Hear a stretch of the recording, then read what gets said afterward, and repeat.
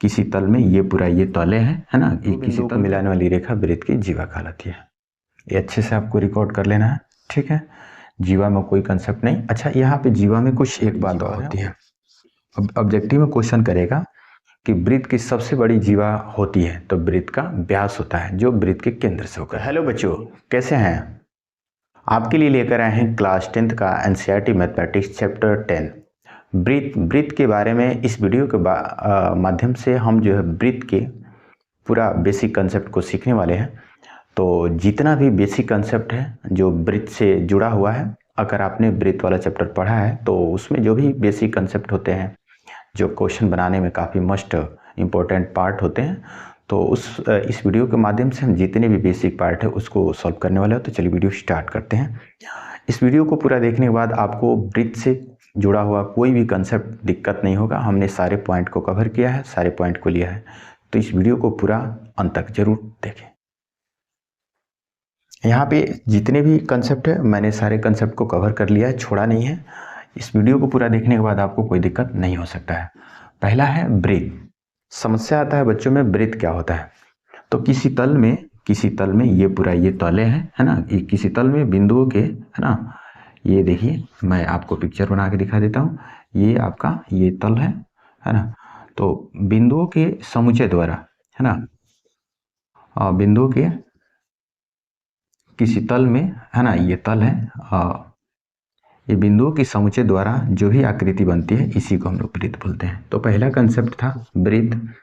तो वृत्त का छोटा सा डिफिनीशन है, किसी तल में बिंदुओं के समुच्चय द्वारा बनी आकृति को वृत्त कहते हैं। बिल्कुल बेसिक कंसेप्ट है, आपको अच्छे से समझ लीजिए। बात करते हैं इसका वृत्त की त्रिज्या।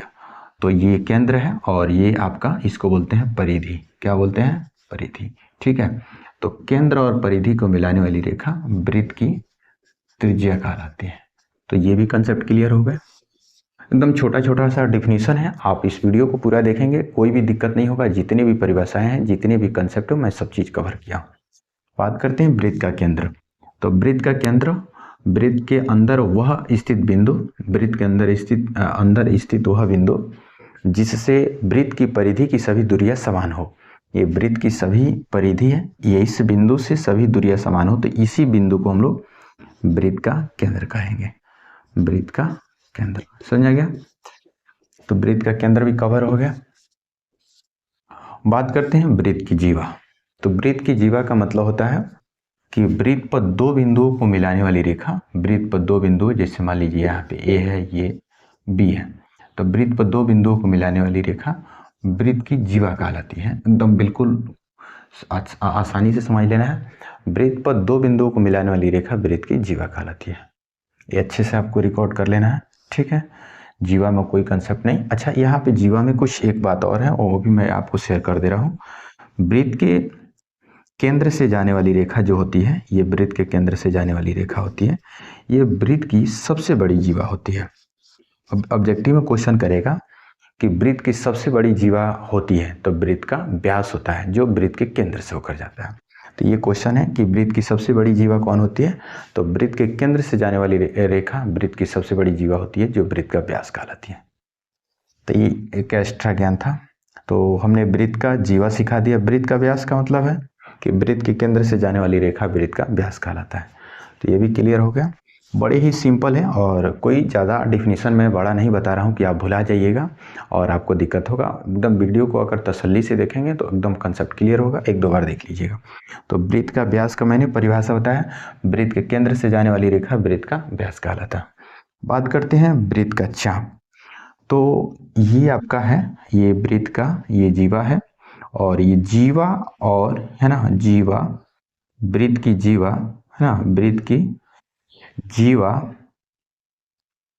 के बीच का भाग, वृत्त की ये जीवा के जो बीच का जो भाग होता है, वृत्त का जो भाग होता है, इसी को हम लोग वृत्त का चाप बोलते हैं। क्या बोलते हैं? वृत्त का चाप बोलते हैं। तो वृत्त पर किन्हीं दो बिंदुओं को मिलाने वाली रेखा वृत्त की जीवा कहलाती है, और उन्हीं दोनों बिंदुओं के बीच का जो भाग होता है वृत्त का, उसी को वृत्त का चाप बोलते हैं। एकदम बढ़िया से समझ लेना है। तो ये वृत्त का चाप हो गया। बात करते हैं छेदक रेखा, या इसको एक और बोलते हैं प्रतिच्छेदी रेखा। छेदक रेखा या प्रतिच्छेदी रेखा। तो ये बड़ी आसान है। छेदक रेखा बोलिए या प्रतिच्छेदी रेखा। तो वृत्त दो बिंदुओं पर प्रतिच्छेद करने वाली रेखा, वृत्त को दो बिंदुओं पर प्रतिच्छेद करने वाली रेखा वृत्त की छेदक रेखा कहलाती है, या इसको बोलते हैं प्रतिच्छेदी रेखा। समझा गया? तो प्रतिच्छेदी रेखा का मतलब है वृत्त को दो बिंदुओं पर प्रतिच्छेद करने वाली रेखा प्रतिच्छेदी रेखा कहलाती है, या इसको छेदक रेखा बोलते हैं। ठीक है, तो ये छेदक रेखा भी क्लियर हो गया, या प्रतिच्छेदी रेखा। बात करते हैं स्पर्श रेखा। तो स्पर्श रेखा और छेदक रेखा में अंतर होता है, तो इसको भी समझ लीजिए। वृत्त को एक बिंदु पर स्पर्श करने वाली रेखा, वृत्त को एक बिंदु पर स्पर्श करने वाली रेखा वृत्त की स्पर्श रेखा कहलाती है। देखिए, वृत्त को एक बिंदु पर अगर टच करेगी तो उसको स्पर्श रेखा बोलेंगे, दो बिंदु पर करेगी तो छेदक रेखा हो जाएगी। एकदम क्लियर कट याद रखिए, एकदम बिल्कुल साफ सुथरा।